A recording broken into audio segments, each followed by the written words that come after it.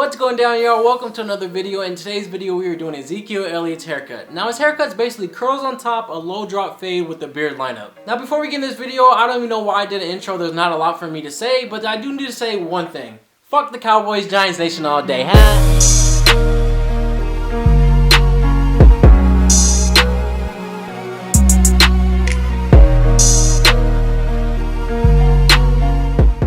Alright y'all, we're going to begin bald out his fade using our style liner tools, and when you create this line, this bald line, you want to drop it down as low as you can towards the back of his taper, hence the term a low drop fade. What this is going to do is allow our fade to be as low as possible. Usually when you see me make my bald line with a regular bald fade, it's more higher, more straight across the back of his head, but with this, it's dropping down to the back of his neck, just to keep the fade low and basically make a drop fade.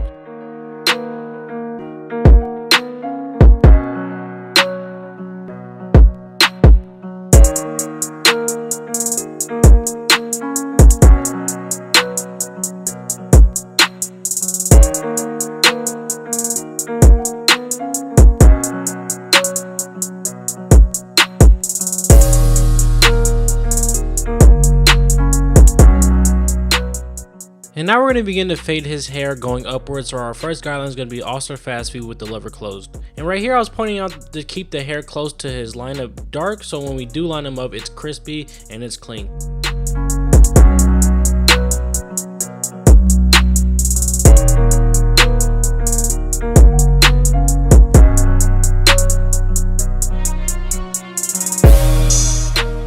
And the next guideline right on top of that is just open up that lever all the way.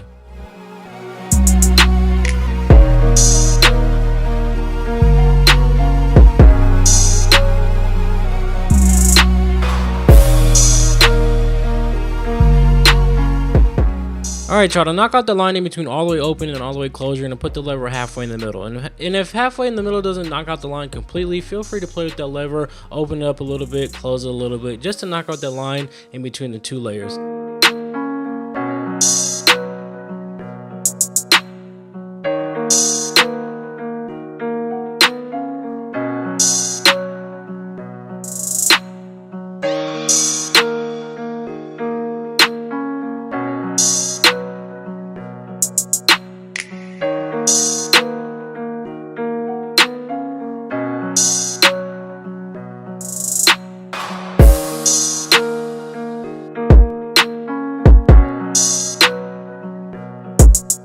And our next guideline going upwards is going to be a number 1 guard with the lever all the way open.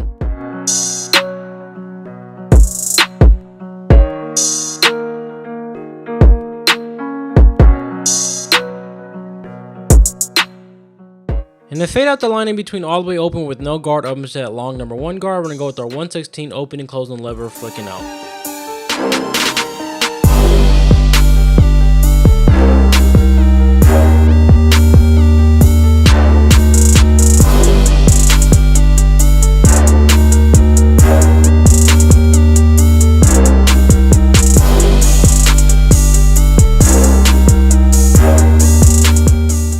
And to fade from that 1/16 guard that we just used back down to all the way open with no guard, we're going to go back with no guard, open and closing the lever, and flick out any dark spots that we see.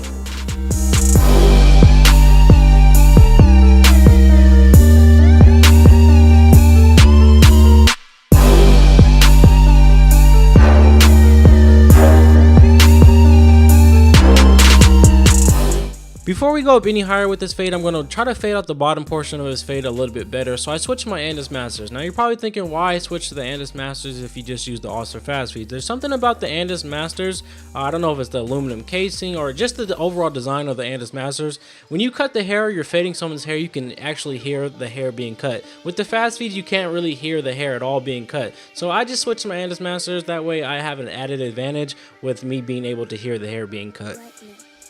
And our next guideline going upwards is going to be a long number 2, so basically just a number 2 guard with the lever open.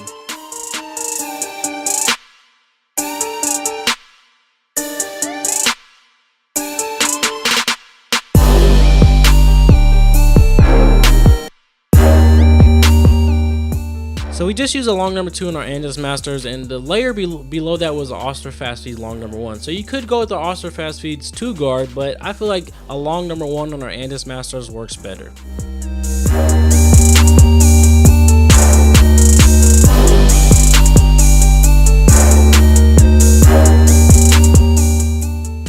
here I grab my flat top comb to do clipper over comb. When clipper over comb, all you're gonna do is blend out the top of his fade up into the long curly hairs. So with this, I was never really taught how to do clipper over comb, so I can't sit here and say hold the comb at a 90-degree angle, 85-degree, when I really don't know the precise angle. But what I can tell you is just mimic what I'm doing. Don't cut a big chunk out of someone's hair. Don't hold the comb too close to his scalp. You just want to fade out the hairs up into the long curly hairs.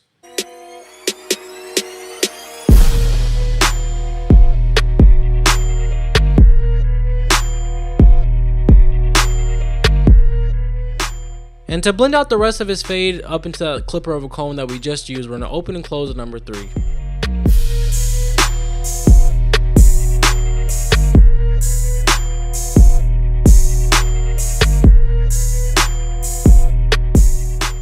And right here I seen a little dark line, so I go with the number 2 guard, open and close, and it'll flick out that dark spot. So what you guys are going to see me do right here is I'm basically going to do the same steps I did fading upwards. I'm going to do the same steps going back down. This way I ensure that the fade is flawless. So right here I'm using the number 1 guard, open and close in, knock out any dark spots as I see. Then you guys are going to see me go down to a 1/16 to do the same exact thing.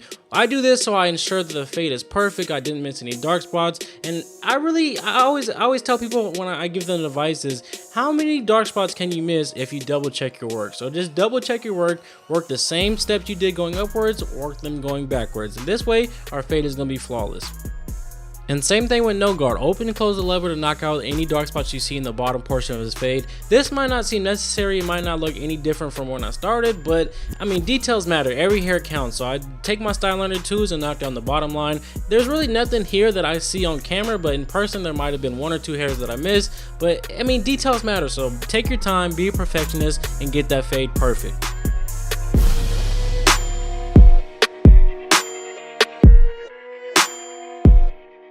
And I forgot to mention, before I even started recording this haircut, I did fade out the other side of his head. So to connect both sides of his fade, all you have to do is fade out the back.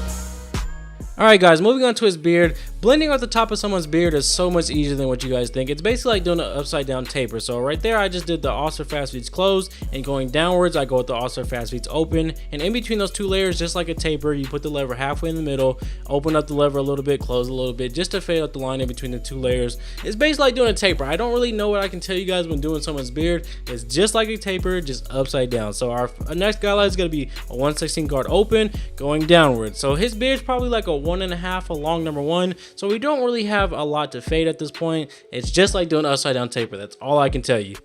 Now to go from that 1/16 down to the rest of his beard, we're gonna go open and closing of the number 1 guard. And to clean up the rest of his beard, we're gonna go with no guard, open and closing, and knock down any dark spots that we see. It's all about cleaning up your taper, cleaning up your fade, cleaning up the beard. All the little hairs count, so just take your time, open and close the lever, and flick out.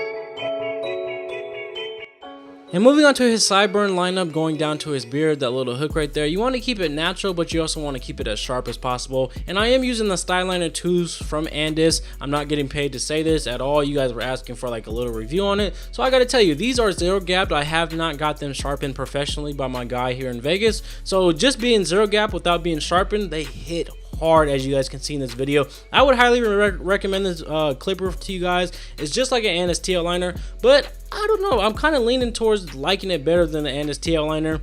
I don't know, I just really like this clipper. I'll give it like a 9.5 out of 10.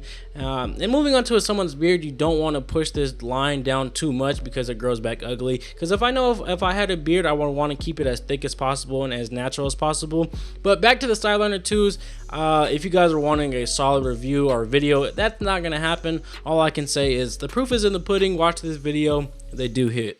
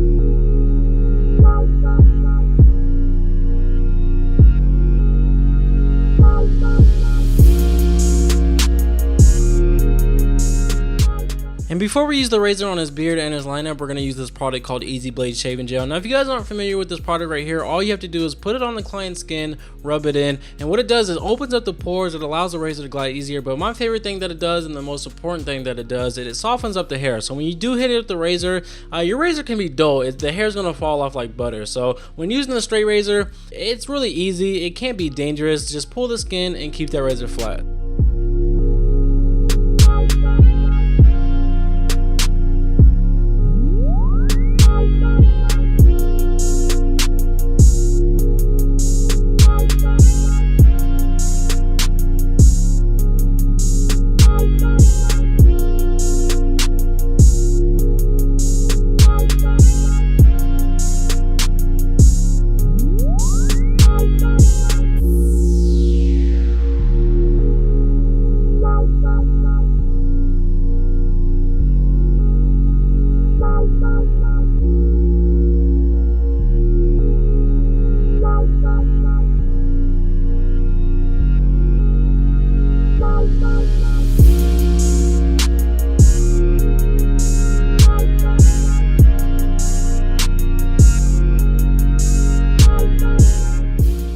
And before we wrap up any haircut, make sure you go over your work once again. So if you see any dark spots on someone's fade, don't just leave them there. Grab your clipper, no guard, with the guard, it doesn't matter. Just knock out any dark spots that you see and make that fade perfect.